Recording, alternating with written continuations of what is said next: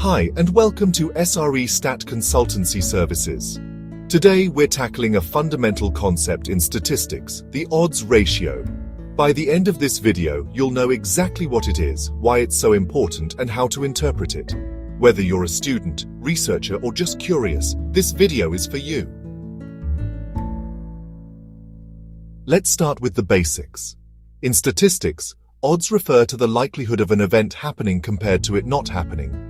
The odds ratio, or OR, is a way to compare these odds between two groups. For example, suppose we're studying a new vaccine. Group A is vaccinated and Group B isn't. The odds ratio tells us how much more or less likely it is for someone in Group A to avoid illness compared to Group B. The odds ratio is crucial because it helps us quantify relationships between two groups. In medical research, it tells us whether a treatment works. In public health, it identifies risk factors. And in business analytics, it predicts trends in customer behavior. What makes it powerful is its ability to summarize complex relationships into a single interpretable number. To calculate the odds ratio, we need a contingency table. Let's take a simplified example. Event occurred, event didn't occur. Treatment group 30/70. Control group 20/80 first. Calculate the odds for each group. Odds for treatment group equals sign 30 divided by 70 equals 0.43. Odds for control group equals sign 20 divided by 80 equals 0.25. Now, divide the odds. Odds ratio equals 0.43 divided by 0.25 equals 1.72. This means the treatment group is 1.72 times more likely to experience the event compared to the control group. Here's a real-world example. A study examines the relationship between smoking and lung cancer.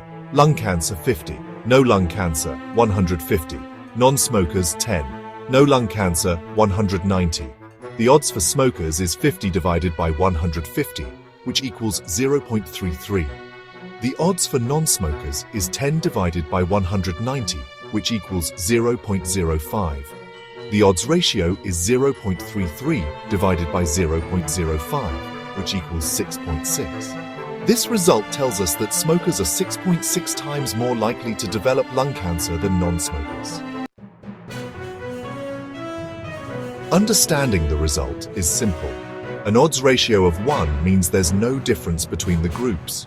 Greater than 1 suggests higher odds. Less than 1 suggests lower odds. For instance, if the odds ratio is 2, one group is twice as likely to experience the event. If it's 0.5, the odds are halved. Odds ratios are more than numbers. They're tools for informed decision-making.